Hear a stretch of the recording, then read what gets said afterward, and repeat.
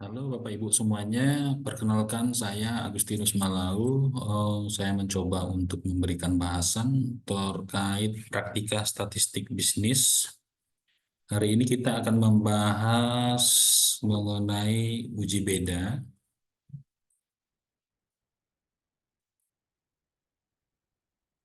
Uji beda, oke.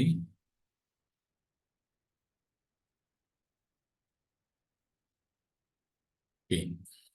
Eh, ini adalah beberapa contoh analisis statistik yang sering kita gunakan. Yang pertama itu ada uji beda satu sampel, yang mana statistik parametriknya menggunakan t-test, statistik non-parametriknya menggunakan rantes dan binomial. Yang kedua ada uji beda independen, statistik parametriknya menggunakan t-test, statistik non-parametriknya menggunakan Mann-Whitney. Ketiga ada uji beda berpasangan, statistik parametriknya menggunakan t-test dan statistik parametriknya non-parametriknya menggunakan Wilcoxon atau Scientest. Kali ini kita akan fokus ke uji beda yang pertama yaitu uji beda satu sampel. Uji beda satu sampel atau one sample t-test itu digunakan untuk menguji ketepatan data satu objek atau satu sampel dibandingkan angka tertentu. Oke. Nah, contohnya kita mau melakukan pengujian terhadap suatu data nilai matematika siswa di suatu kelas. Yang mana disampaikan bahwa ada data nilai rata-rata pelajaran mahasiswa matematika kelas A adalah 90. Nah, di sini kita akan melakukan pengujian apakah benar atau tidak data yang disampaikan tadi bahwa nilai rata-rata pelajaran matematika itu adalah 90. Itulah maksud dari pengujian di tes tadi buat satu sampel. Langkah-langkah yang akan kita lakukan untuk melakukan pengujian, pertama kita membuat hipotesis, kemudian yang kedua kita tentukan nilai T hitung, yang ketiga kita tentukan nilai T tabel, yang keempat membandingkan nilai T hitung dengan T tabel, yang kelima kita buat kesimpulan. Oke. Oh, ini adalah rumus uji satu sampel untuk mencari T hitungnya, yang berarti langkah yang kedua. Jadi rumusnya itu T sama dengan X bar dikurang nu dibagi standar deviasi dibagi akar dari N, yang mana N ini adalah jumlah sampel. Standar deviasi ini adalah simpangan bakunya. Oke. Untuk X bar sendiri adalah nilai rata-rata eh, nilai siswa itu atau nilai sampelnya kita jumlahkan dulu keseluruhan, kemudian kita bagi berapa jumlah sampelnya. Ini adalah contoh nilai T-table sampai dengan 30 sampel. Oke, selanjutnya kita lanjut ke contoh kasus. Ini adalah contoh kasus uji satu sampel. Seorang peneliti ingin melihat apakah terdapat abnormal return akibat adanya peledakan bom di Makassar. Nah, di sini diketahui rata-rata return selama setahun terakhir adalah 0,04. Untuk itu diambil 15 sampel emiten. Adapun data return yang diperoleh sebagai seperti yang ada di tabel di samping ini, yang akan kita uji, apakah cukup bukti yang menyatakan bahwa peledakan bom di Makassar membuat harga saham turun? Oke. Eh, kita lanjut saja ke pengerjaannya. Nah, di sini adalah langkah pertama kita tentukan dulu hipotesisnya dengan judul kira-kira seperti ini. Analisis pengaruh bom Makassar terhadap harga saham di BEI. Rumusan masalahnya, apakah saham mengalami perubahan akibat adanya bom di Makassar? Yang menjadi tujuan penelitian kita adalah untuk menganalisis apakah perubahan saham akibat apakah ada perubahan saham akibat adanya bom di Makassar. Nah, hipotesis yang dapat kita buat yang pertama adalah harga saham meningkat setelah adanya bom di Makassar. Yang kedua, harga saham mengalami penurunan setelah adanya bom di Makassar. Yang ketiga, harga saham mengalami perubahan. Nah, perubahan ini boleh menjadi dua arah, yaitu boleh perubahannya naik atau perubahannya turun. Nah, hipotesis statistik yang akan kita buat untuk yang pertama itu hasil akhir yang diminta itu adalah harga saham meningkat, artinya new-nya lebih besar dari 0,04.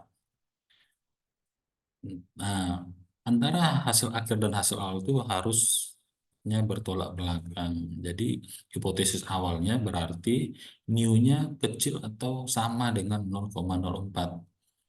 Yang kedua, harga saham mengalami penurunan setelah adanya bom di Makassar. Jadi, yang diharapkan di sini hasil akhirnya adalah new-nya lebih kecil dari 0,04. Jadi, hasil hipotesis awalnya new-nya besar atau sama dengan 0,04. Berikutnya, eh, harga saham mengalami perubahan, berarti perubahannya boleh naik, boleh turun. Nah, hipotesis akhirnya itu berarti tidak sama dengan kondisi awalnya, berarti new-nya tidak sama dengan 0,04. Hipotesis awalnya berarti new-nya adalah sama dengan 0,04. Kita lanjut ke langkah berikutnya, kita melakukan pencarian T hitungnya.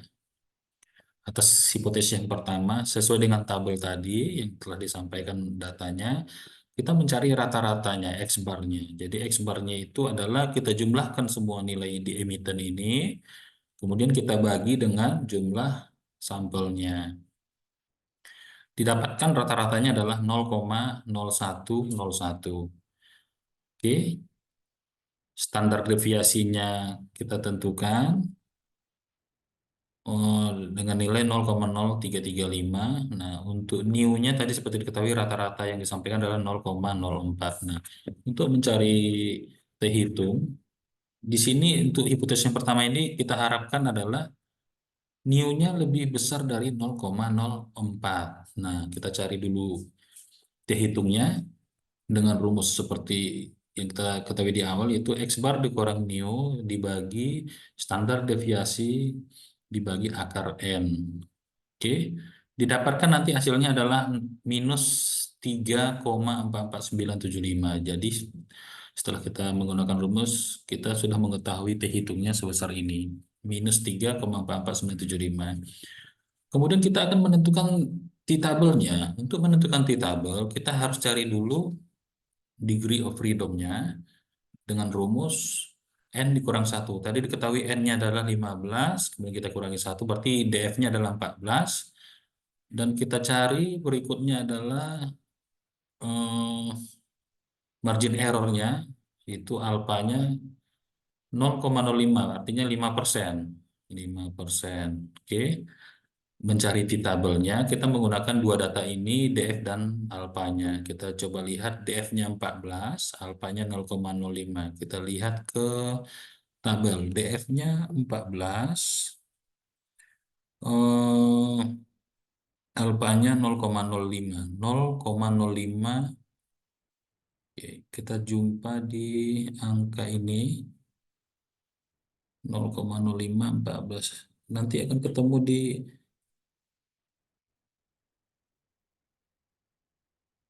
0,05 14 untuk satu arah. 0,05 di sini, 14 berarti 1,761. Oke, 1,761. Nah, setelah kita mengetahui T hitung dan T tabel, baru kita kembali ke hasil yang diharapkan, yaitu hasil akhirnya new lebih besar dari 0,04.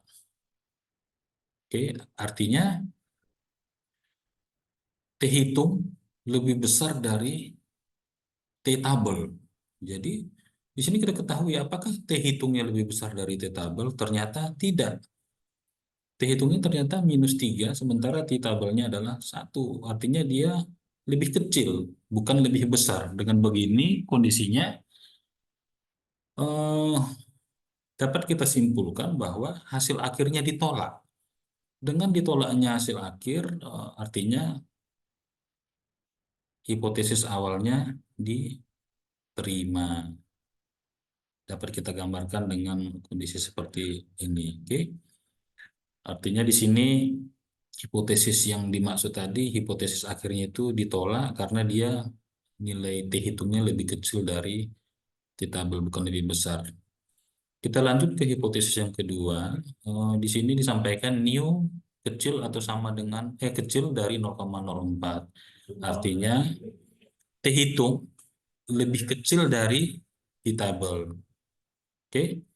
Nah, di sini kita sudah tentukan T tabelnya adalah karena tadi dia ke kiri, berarti kita ambil minus T tabelnya. Eh, minus 3 lebih kecil dari minus 1. Berarti benar ya, benar. Nah, jadi kesimpulan yang dapat kita ambil, hipotesis akhirnya kita terima. Nah, dengan diterimanya hipotesis akhir, berarti hipotesis awalnya kita tolak. Gambarnya kira-kira seperti ini. Kita lanjut ke hipotesis yang ketiga.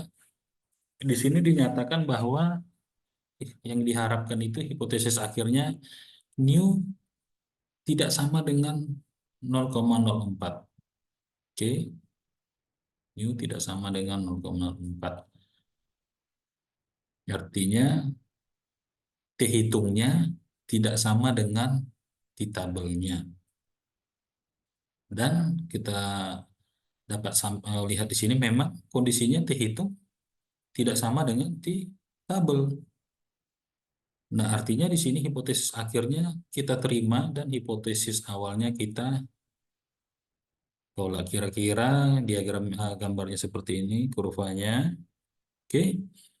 Semoga penjelasan ini dapat dimengerti oleh siapapun kita yang sedang melihat pembahasan ini. Saya kira saya selesai dulu sampai di sini terkait pembahasan ini. Terima kasih atas perhatiannya. Selamat siang.